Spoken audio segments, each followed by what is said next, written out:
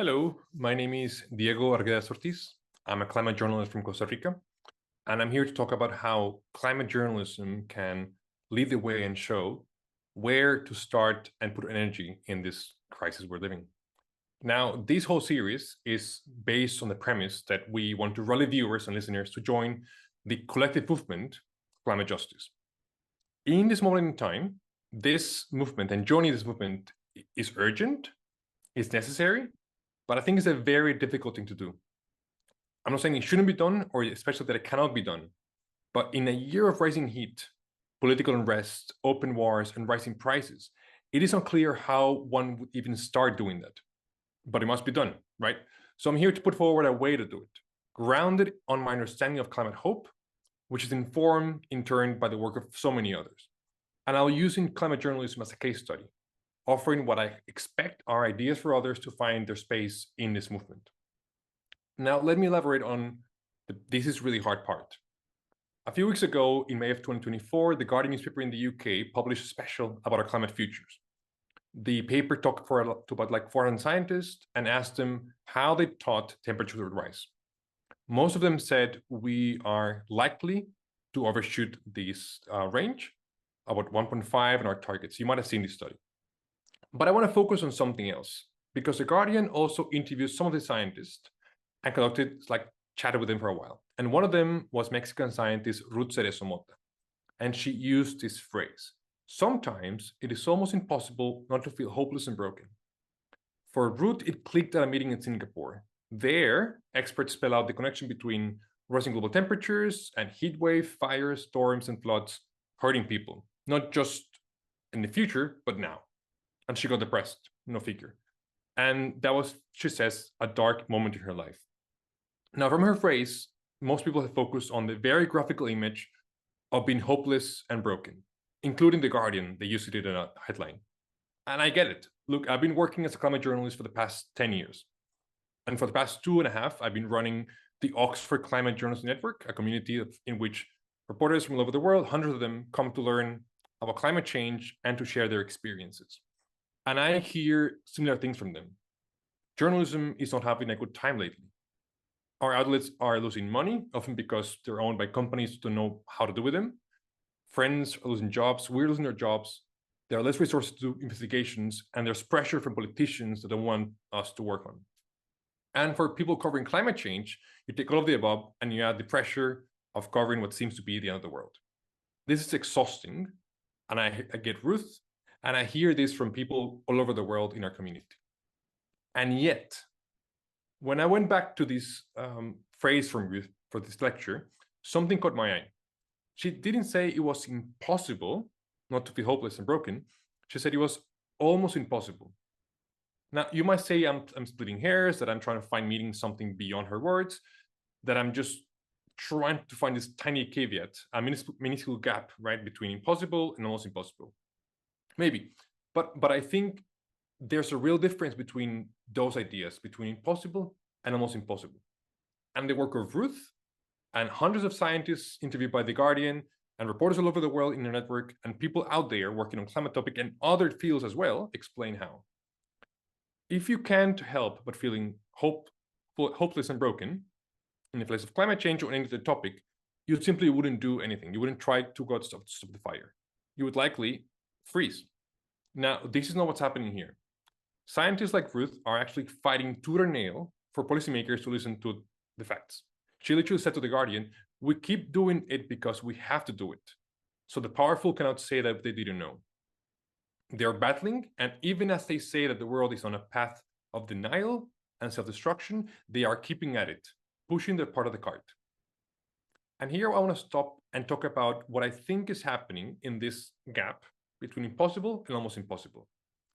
Let me talk about my understanding of hope in climate change. About 5 years ago, an editor messaged me about a series her outlet was running on emotions and climate change. And she wanted me to write a piece on hope and climate change, right? This is a topic that I recall clearly feeling uncomfortable about. I didn't know if I was the right person for this topic. I didn't know if I was myself hopeful or not. But I decided that this was an interesting question, and I was a journalist, so I go for questions. And then I went out to look for answers. Because frankly, this is also something people ask me all the time. What gives you hope as a climate journalist? And more often than not, what they actually mean, people asking this, is where can I find hope?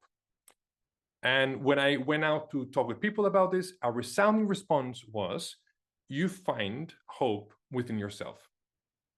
Greta Thunberg herself said this in 2019 to the European Parliament. She said to the members, you can't just sit around waiting for hope to come. Then you're acting like spoiled children. You don't seem to understand, she said, that hope is something you have to earn. This idea, earning hope, was a new concept for me. Because for so long, I've thought hope comes from somewhere else. You think about better electricity, children striking, something else. And I just had to look for it. But it seems you cannot hope from the sidelines. And I spoke about this with climate justice essayist Marinese Hickler, and she told me that when people say, yeah, I'm optimistic, I'm hopeful, they're usually basing their hope on someone else's work. Because real, good, useful hope has nothing to do with positive climate news. Instead, it is profoundly linked and grounded in action, both ours and the people around us. And the only way to earn hope is rolling up our sleeves and doing it ourselves.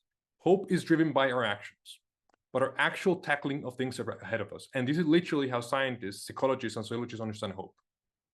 Now, with so much thing going wrong in the world, and so much yet to go wrong, right? How do we find energy to even start finding for hope and this action?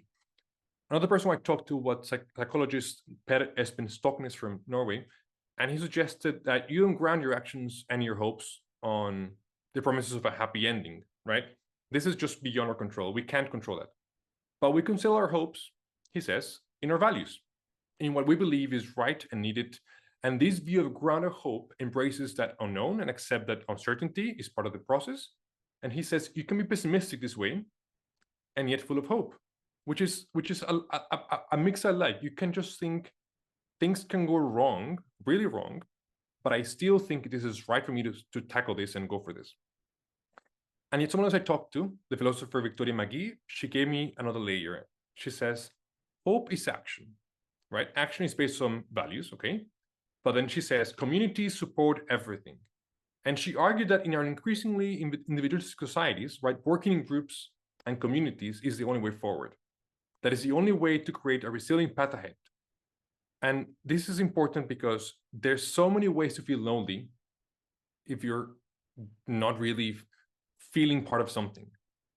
And this has informed my view of hope and climate change since I ran this piece in 2020. And I've been relevant for my work at the network, at the OCGAN, which is one of the world's largest communities of climate journalists. Now, what can we say about climate journalism in 2024? For a long, long time, climate journalism has been a small domain in newsrooms, right? Someone doing something small in a corner. And by extension, then, people watching TVs and shows were getting less journalism. They were getting less news about climate change. And this meant that they were getting less attention on this topic. Reporters covering climate change has been, for the most time, people working in environment or in science in their outlets. And let me just reflect this for a second, because climate change is impacting everything we do right now. It's closing down schools because of extreme heat. It's destroying houses and businesses because of hurricanes and floods. Food is going up, and just an example, like in the Mediterranean, there's been this drought, which is driving the price of olive oil all over the world. But this also happens with like food, like potatoes, maize, corn, wheat, all over the place. And we need to adjust our cities, our energy supplies. We need to adjust our transport. And we are essentially leaving all of this, right? Everything of education, infrastructure, health, agriculture, food, to the reporters covering environment and science. Now, the good news is that this is changing. And this changes because people from elsewhere are trying to do more climate reporting. From the work we do at the network, this is something we've noticed. So in 2021, the Reuters Institute for the Study of Journalism at Oxford University, where I work, noticed that climate change indeed was not being receiving enough attention in the media. So it launched this Oxford Climate Journalism Network, not for people covering climate change now, but for others who want it to be. And since our first session in January 2022, we have launched and welcomed around 600 reporters and editors from 120 countries. So many of them are your usual classic environmental reporters. They did science before, or they did like biodiversity or nature, and they came to this. But many of them are not. We have people like the transport correspondent of Reuters. We have political reporters at Deutsche Welle and The Nation in Kenya. We have a reporter covering real estate in a specialized outlet in the US. We have gender reporters. We have business editors. We have people covering music and arts, photojournalists, head of news, political editors, sports reporters, everyone, right? The scope of climate journalism is growing, right? It's going beyond its silos. And this is great news, right? This is the way we need to be. Because the way we've done climate journalism so far, I think has not been successful. Now, my colleagues at the Institute also include media scholars, and they have worked in several big reports on how audiences perceive climate change. So we've asked audiences how often they get news about climate change, where they get it. But there's an interesting question we asked, and you can see the full reports at our website, at Reuters Institute. In 2022, we asked people in 8 different countries about how they consume climate change generally, climate news. One question was, how does climate change make you feel? And we give them like a bunch of options. And 60% of them said that they were like concerned or worried, but just over 40% said motivated, which means, and I think this is a key part of what's wrong with climate journalism. The climate news is much better at making people feel worried than motivating them to solve this thing that worries them. And this is, I think, a problem. The solution might be precisely in the people who are not the network. Why, right? Because no one really cares about climate necessarily. That is, no one has a vested interest in the concentration of particles in our atmosphere. But what we care about are other things: children and education, the food we eat, the safety and security of our home, the reliability of our electricity, the health of our elders, the state of our roads and our rail tracks. These are topics where we can connect with audiences. This is where we can thrive as reporters covering climate change. And I think there are at least 3 things that climate journalism must do. It must connect to the audiences. It must propel audiences to use the information, and must move the needle forward. And let me just stop here, because there's this big tradition of journalism just laying out the information there and saying like, that's where I end. But what I believe is that journalism is best, is in a best position when audiences can actually use the news. What we hope as reporters, when we put forward a corruption case, or when we say that this is wrong in X or Y topic, is that our audiences will understand the gravity of this and go forward and use information to do whatever they want to do. Vote at whatever they want to do, or pressure the government whatever they want to do, but do something with the information. On climate change, I feel this is the part that's missing so far, is connecting the people beyond being scared and actually showing that people can do something about it. And now I think that reporters covering, the other good thing is that reporters covering the network covering climate change also understand, going back to our idea of like, what is hope, that climate journalism can and should be a team sport. I won't be naive and say that journalism shouldn't be competitive. There's a pressure for getting scoops and printing good stories first, right? That comes with the territory. But climate journalism does not have to be this ultra competitive space. And it currently is not. If you see any space in journalism on climate change, people share ideas, resources, methods all the time. I see this not in our community. But beyond sharing, this is team sport because we know we cannot do it alone. One of the things that people say after spending a few months in a network is, wow, I don't feel as alone in this anymore. Or, wow, it's pretty cool to see so many people covering climate change from all over the world. There's a sense of we are in this together. And this, I think, is a key part. Climate journalism, or any meaningful engagement on climate action, can feel so depressing if you think you're alone. And this can be if you're a lecturer, if you're a forest firefighter, everything, right? If you look around and people are seemingly engaged, then it's depressing. But there are thousands and thousands of people, reporters out there covering climate change. Yes, we have 600 members in our community. That's a lot. But we have received almost 3,000 applications in our first 3 years of work. There are so many people who want to do this out there. And if you're a reporter covering climate change in Slovenia or Ghana or Brazil or Japan, and you feel you're alone, and you enter this space where you have very visible the global scope of this, then it's easier to feel that you're hoping not on your own, but collectively. And there's a chance that collectively we might move the needle. So this is for me the key lesson for all of us, but also for other fields. And I always say that I trust the rest of the people pushing the cart for a better world.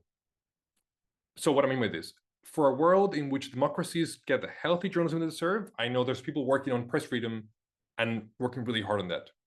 And there's a world in which governments take seriously the climate science, and people like Ruth are working really hard on this. And our work as reporters on climate change is like in a specific world in between. There's also work on gender, water quality, and food quality, and everything else. In so many other fields, we should remember that ours is just one lane, and many others are pushing their lanes, right? And in many, many, many ways, those lanes often connect and converge, and then we get this marvelous chance, right, of combining the lives of a sports journalist and climate editor. And this, I think, is brilliant. So my advice on how to join the collective movement for climate justice is just finding your lane. Find your lane, find what you love and what you enjoy, and think about what connects that with the climate crisis. And there's a two-way approach for this, right? Is this part of what I love impacting and emitting gases, right? Do I love cars? Do I love transport? Do I love buses, right? Then think about how are these vehicles impacting climate change? Do I love food, right? So how are my favorite foods impacting emissions? Do I love sports? How are the Olympics and the next FIFA World Cup in the US, Mexico, and Canada impacting emissions? But then again, do I love music, right? How are climate change impacts going to impact the way we run festivals in my country? If I love cricket, how are extreme heat going to impact cricket games in my region, my country? If you love sports like the Olympics again, how are extreme temperatures in Paris in July and August going to impact the Olympics? Everything we do can be connected with climate change. And the field that you love the most, that you're better at, that is where you should start and finding your space. And critically, you will likely find people working there on climate change. There'll be a community right there. No, because what I think is no individual will bend this mission curve alone, right? No journalist, no engineer, no scientist, no museum curator, no policy analyst. But perhaps there is a way forward if we each pull our part of the cart, right? If we all just move forward. And as Ruth says, it is almost impossible not to feel hopeless and broken. But it is not impossible. It's almost there, but not quite. And there is a space, and that gap is wide enough to fit all of us together. Thank you, and I hope you find your space.